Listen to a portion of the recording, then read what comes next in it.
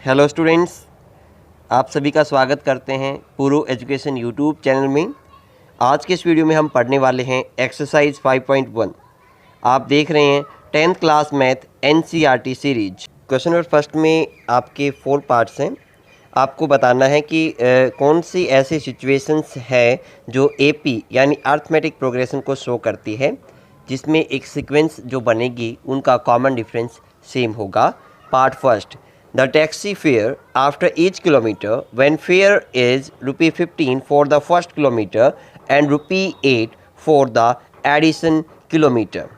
तो आपसे पूछा गया है कि एक टैक्सी का पहले किलोमीटर का भाड़ा ₹15 है और बाकी जितना भी टैक्सी जाएगी पर किलोमीटर ₹8 चार्ज किया जाएगा। जैसे कि आप इस डायग्राम में देख पा रहे हैं, पहले किलोमीटर में ₹15 भाड़ा है, बाकी पर किलोमीटर किराया बढ़ता जाएगा। आफ्टर पर किलोमीटर किराया 8 रुपये बढ़ रहा है। कॉमन डिफरेंस 8 आ रहा है। ये जो गिवन टर्म है वो एपी में है। Okay, that clear.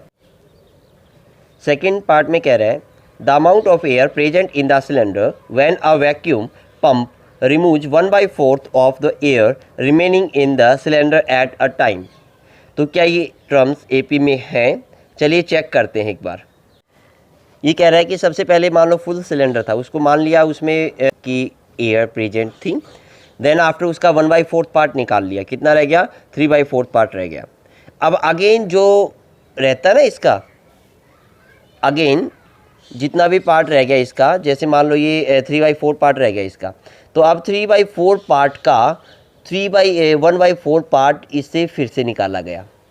तो इस केस में कितना पार्ट्स रह गया इसका? 3/8 पार्ट इसमें खाली हो गया और 5/8 पार्ट इसका भरा रह गया। क्या अगर हम कॉमन डिफरेंस देखें दोनों का, क्या वो सेम है? नो, इनका कॉमन डिफरेंस सेम नहीं है। ओके, कॉमन डिफरेंस सेम नहीं है तो ये नंबर एपी में भी नहीं है। पार्ट 3 में कह रहा है the cost of digging well after every minutes of digging when its cost ₹150 for first meter and rise by ₹50 for each subsequent meter। ये कह रहा है कि एक कुआं खोदा गया और उस कुएं को जब खोदा गया तो पहले मीटर के लिए तो खुदाई का पैसा लिया 150। आफ्टर जितना भी मीटर नीचे खुदाई करते जाएंगे ₹50 पर मीटर के हिसाब से पैसा चार्ज किया जाएगा। तो ये टर्म रियली एपी में है। क्यों है? पर मीटर जो है ₹50 इंक्रीज हो रहा है, यानी कॉमन डिफरेंस क्या है इसका? 50, और कॉमन डिफरेंस क्या है? सेम है। तो इस केस में आप कहेंगे yes this term is in AP. तो ये टर्म आपकी किस में हो जाएगी? ये टर्म आपकी एपी में हो जाएगी। ओके, सिमिलरली फर्स्ट टर्म भी आपकी एपी में है, सेकंड आपकी एपी में नहीं है।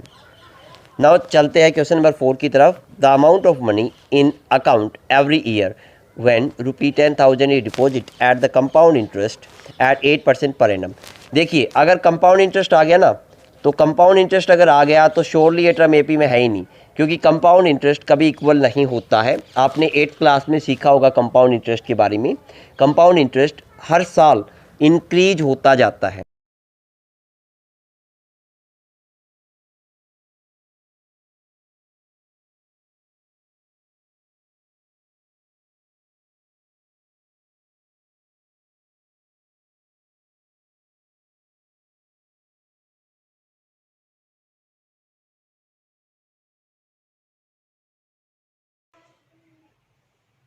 स्टूडेंट्स, क्वेश्चन में लिखा है right for first 4 terms of the AP when the first term A and common difference T R given.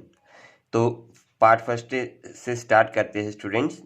यहाँ पे फर्स्ट टर्म यानी पहला नंबर आपको दिया है 10, कॉमन डिफरेंस यानी सार्व अंतर आपको दिया है 10। हमें निकालनी है फर्स्ट 4 टर्म्स, पहली 4 टर्म्स आपको फाइंड आउट करनी है। तो A1 क्या होगा आपका? A1 तो आपकी फर्स्ट टर्म हो जाएगी यानी 10। A2 के लिए आप क्या करेंगे? फर्स्ट टर्म में कॉमन डिफरेंस यानी 10 को ऐड कर देंगे। साइड में आप आंसर लिख सकते हैं। फर्स्ट टर्म आपकी आएगी 10, सेकेंड टर्म आपकी हो जाएगी 20। ओके, थर्ड टर्म निकालेंगे तो A में 2D ऐड कर दूंगा यानी 2 × 10। सॉल्यूशन करूंगा, कितना आएगा? 30 आ जाएगा। देन आप फोर्थ टर्म निकालने के लिए ए में मैं 3 टाइम्स कॉमन डिफरेंस ऐड कर दूंगा, तो ये आपका हो जाएगा 40। तो आपसे क्या पूछा गया था? फर्स्ट 4 टर्म्स ऑफ एपी, जो यहाँ पे हम फाइंड आउट कर चुके हैं। सिमिलरली चलते हैं सेकंड पार्ट की ओर। ए की वैल्यू -2 है, कॉमन डिफरेंस यानी सार्व अंतर 0 है। A1 सेम रूल फॉलो करेंगे हम, यही फॉर्मूला हम यूज करने वाले हैं। तो -2 हो जाएगा क्योंकि A1 फर्स्ट टर्म ही होती है। A2 होगा आपका -2 में मैं 0 ऐड करूँगा। A3 होगा -2 में 2 टाइम 0 ऐड करूँगा। A4 होगा -2 में 3 टाइम 0 ऐड करूँगा। फर्स्ट टर्म क्या आएगी आपकी -2, second term -2, third term -2, fourth term -2। ठीक है, तो ये आपकी 4 टर्म आ जाएगी। कॉमन डिफरेंस 0 है तो AP का नंबर सेम रहेगा। ओके, तो इसको भी आप AP बोल सकते हैं। सिमिलरली चलते हैं पार्ट 3 की ओर। 3 पार्ट में आपको गिवन है students A4 D-3। Same formula use करेंगे। A1 क्या होता है आपका, A1 आपका A होता है। A2 क्या होगा 4 + -3, यानी मेरे को A में D ऐड करना है। तो A1 तो हो गया आपका 4, A2 आपका हो गया 1। A3 की बात करूं तो 4 + 2 × -3 -6 हो जाएगा, +4 है तो माइनस का 2 आ जाएगा। A4 की बात करूं 4 + 3 टाइम ऑफ D आपका -3 है तो -3 और 3 -9 प्लस का 4 तो माइनस का 5 आ जाएगा। तो फर्स्ट 4 टर्म्स आपकी क्या हो जाएगी AP की 4, 1, -2 और -5 हो जाएगी। सिमिलरली चलते हैं पार्ट 4 की ओर। A आपको क्या गिवन है -1, D आपको गिवन है 1/2, तो A की वैल्यू आपको दे रखी है -1। ओके, तो फर्स्ट नंबर निकालेंगे। फर्स्ट नंबर क्या हो जाएगा बेटा -1, सेम रहेगा क्योंकि फर्स्ट नंबर तो फर्स्ट टर्म ही होता है। सेकंड टर्म क्या हो जाएगी -1 में मैं 1/2 को ऐड कर दूंगा, तो माइनस का 1 में हाफ ऐड करेंगे तो माइनस का हाफ रह जाएगा। A3 -1 में 2 टाइम्स ऑफ 1/2 ऐड कर दूंगा, तो 2 से 2 कैंसिल हो गया, 1 बचा और ये भी 1 था, 1 में से 1 सब्ट्रैक्ट किया, कितना आ गया 0 आ गया। फोर्थ टर्म की बात करूँ तो -1 + 3 × 1/2, क्योंकि ये 3 टाइम्स है ना, A + 3D होता है, तो ये 3/2 आ गया। 3/2 क्या होता है, सोल्व करके दिखाते हैं आपको। 3/2 होता है 1 × 1/2, तो हाफ 1 एंड हाफ ये है और -1 ये है, तो इसका मतलब क्या आ जाएगा बेटा, यहाँ पे बचेगा आपका, तो यहाँ पे कितना आ जाएगा प्लस का 1/2 आ जाएगा, तो ये आपके AP होंगे। Okay students, got it. Similarly हम 5th पार्ट करने वाले हैं। A1 तो आपका वही टर्म होगी जो फर्स्ट टर्म होती है। A2 निकालने के लिए फर्स्ट टर्म में ऐड करना होता है D को। ठीक है, तो माइनस और माइनस के दोनों, तो माइनस में आंसर आ जाएगा। वैल्यू क्या आएगी आपकी, यहाँ पे लिख देता हूँ, माइनस का 1.50 आ जाएगी।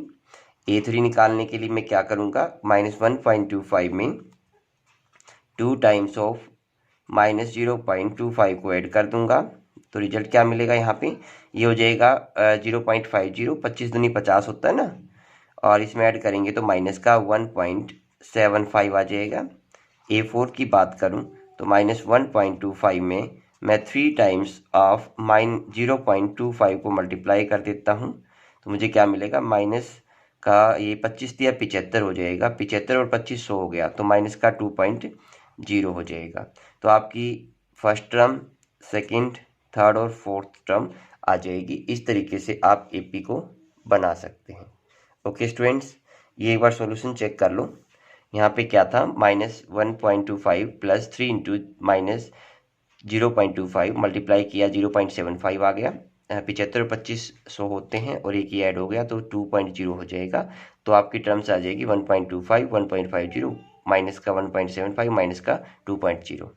ठीक है, अगर कॉमन डिफरेंस नेगेटिव है, घटा में है, तो AP घटेगी। अगर कॉमन डिफरेंस पॉजिटिव है तो AP बढ़ेगी। आप देख सकते हैं यहाँ पे कॉमन डिफरेंस पॉजिटिव था तो AP बढ़ रही है, यहाँ पे कॉमन डिफरेंस 0 था तो AP सेम है, यहाँ पे कॉमन डिफरेंस नेगेटिव था तो AP घट रही है, यहाँ पे कॉमन डिफरेंस पॉजिटिव था तो AP बढ़ रही है, यहाँ पे कॉमन डिफरेंस नेगेटिव था तो AP घट रही है।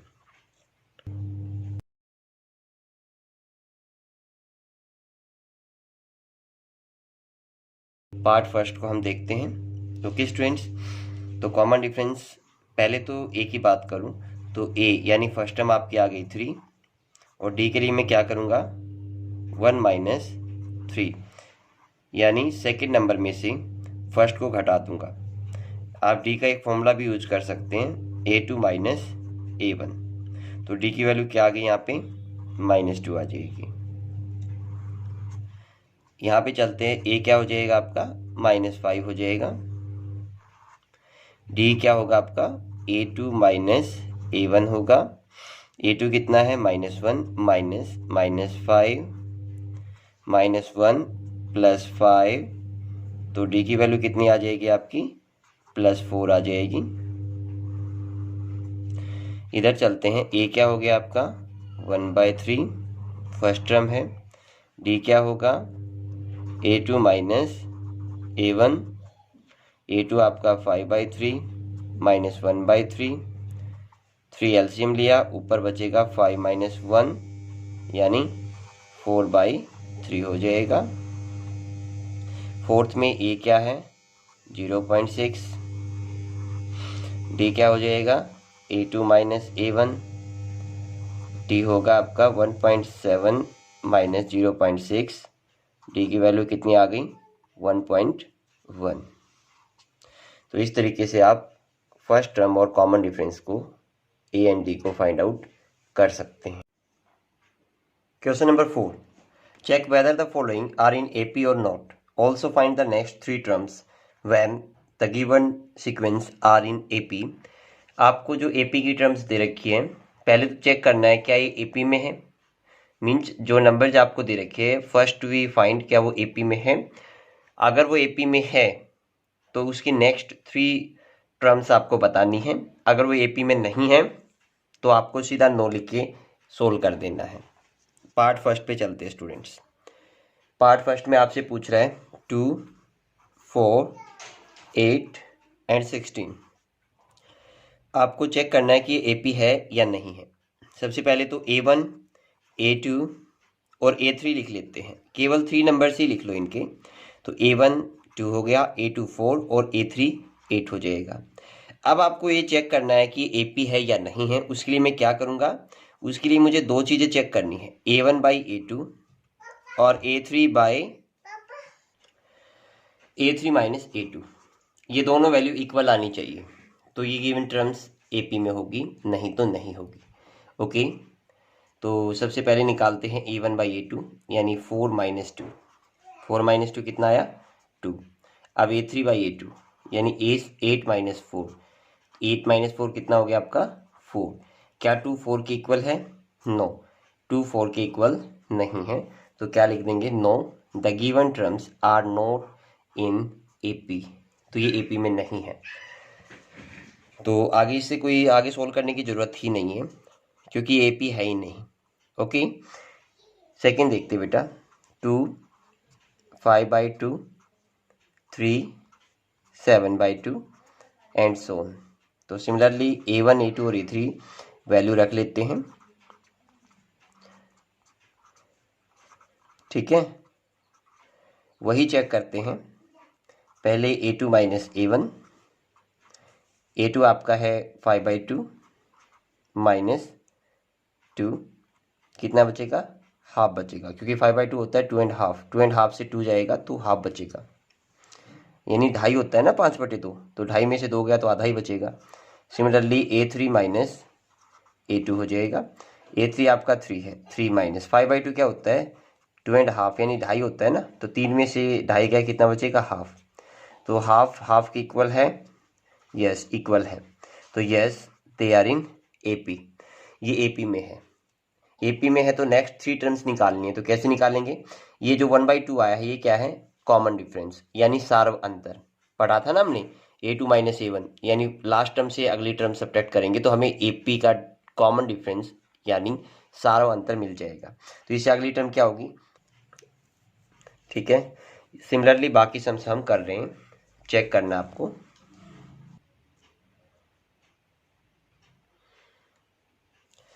अभी केवल सॉल्यूशन करने जा रहे हैं, ठीक है।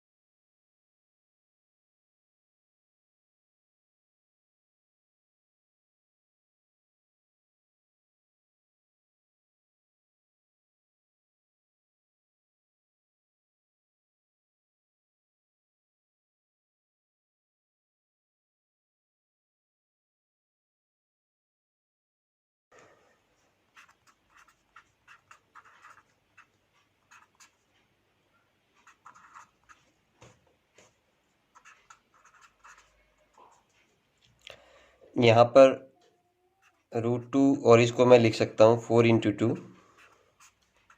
ये हो जाएगा आपका 9 × 2, क्योंकि 9 2 जो 18 होता है, और इसको मैं लिख सकता हूँ 16 दूनी 32। तो √2 4 को बाहर निकाल लेंगे तो √2 हो जाएगा, 3 बाहर आया तो 3 √2 हो जाएगा, ये 4 बाहर आ जाएगा √2, क्योंकि ये स्क्वायर रूट निकाल दिया ना 4, 9 और 16 का। तो अभी मुझे चेक करना है A2 - A1, 2 √2 - √2 कितना आएगा, √2 आ गया। सिमिलरली मुझे चेक करना है A3 - A2, 3 √2 में से मैं 2 √2 घटा दूंगा तो कितना बचेगा, वही 1 √2 बच जाएगा। तो √2 इक्वल है √2 के, तो yes they are in AP, ये AP में है। तो नेक्स्ट टर्म निकालने के लिए D क्या दे दिया, यहाँ पे D आ गया आपका √2। तो इसका मतलब A5 फिफ्थ टर्म क्या हो जाएगी, यहाँ पे क्या आएगी, 4 √2 है ना, 4 √2 में 1 √2 ऐड कर दो, ये हो जाएगा 5 √2।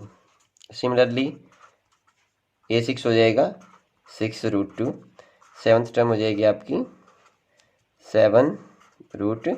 तो ये आपका आंसर आ जाएगा, क्योंकि 1 √2 इंक्रीज हो रहा है। सिंपल ऐड करना है, वैल्यू फाइंड आउट करनी है।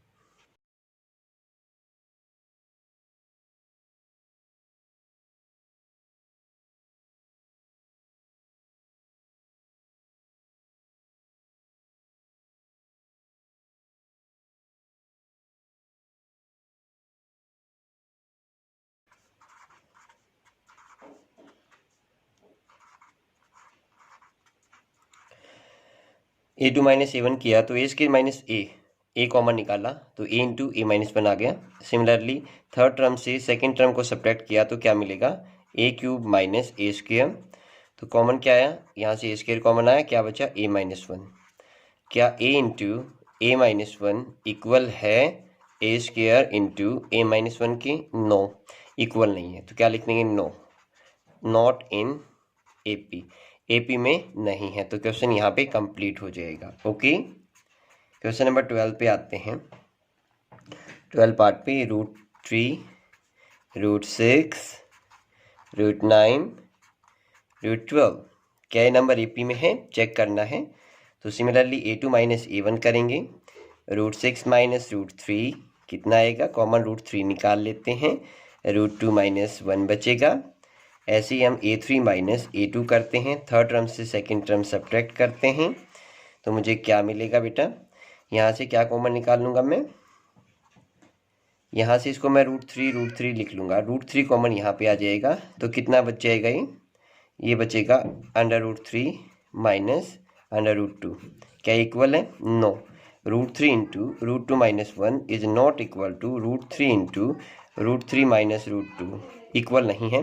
क्या लिखेंगे, नॉट इन एपी, एपी में नहीं है, क्योंकि इसका जो कॉमन डिफरेंस आ रहा है ना डी,